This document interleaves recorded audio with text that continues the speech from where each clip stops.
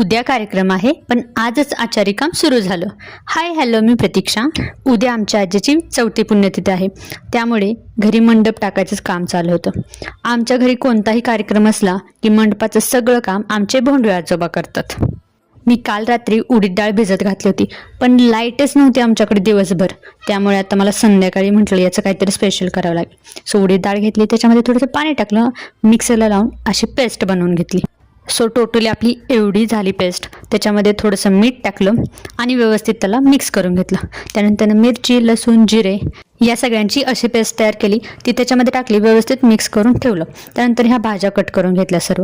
शेवगा, दुधी भोपळा, टोमॅटो, कांदा हे मी घेतलं. मी मसूर डाळ घेतली, तुम्ही कोणतीही डाळ घेऊ शकता, आवडेल ती. त्यानंतर सर्व टाकलं, हळद टाकली, धनेपूड टाकली, गरम मसाला टाकला आणि सांबार मसाला टाकला. त्याच्यामध्ये थोडेसे लाल तिखट टाकलं तुमच्या आवडीनुसार आणि पाणी ओतलं आणि कुकरला शिट्ट्या करण्यासाठी ठेवून दिलं. तोपर्यंत म्हटलं बाहेर काय चाललंय बघून यावं.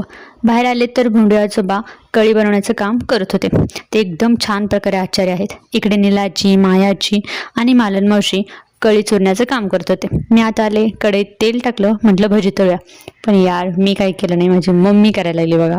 येस, मलाही भारी वाटलं, मला कोणीतरी मदत करते यार. तोपर्यंत म्हटलं आपण सांबारचं करूयात. तो सांबार मी घेतला, त्याच्यामध्ये मला आठवलं की मी मीठ टाकलं नव्हतं. मग त्याच्यामध्ये मीठ टाकलं, थोडंसं पाणी ओतलं आणि सांबार बनण्यासाठी थोडंसं वेळ ठेवून दिलं कुकरवरती. तोपर्यंत मम्मीने त्याची भाजी तयार केली. मग म्हटलं आता फोडणीची आपण तयार करू.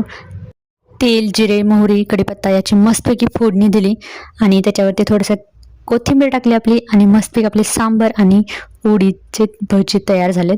तर सगळ्यांना डिशमध्ये व्यवस्थित मांडून घेतलं आणि सगळ्यांना भूक पण लागली होती आणि म्हटली सगळेजण वाट बघत होते कधी घेऊन येते डिश, एवढा वेळ लावला हिने. सो आता फायनली आपली डिश झाली तयार. चला आपण बाहेर घेऊन जाऊयात. आणि मी जेव्हा बनवते मला एक्साइटमेंट खूप असते. सो अथर्वला दिलं आणि मायाचीला दिलं पहिल्यांदा, नंतर भोंडू आजोबांना दिलं. मला वाटतं मी कधी बनवते सगळ्यांना देते.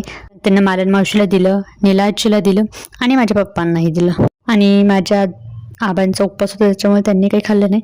आणि आपली कढी बघा तयार झाली उद्याच्या कार्यक्रमासाठी. आणि फायनली मम्मी मी दोघी खाण्यासाठी बसलो.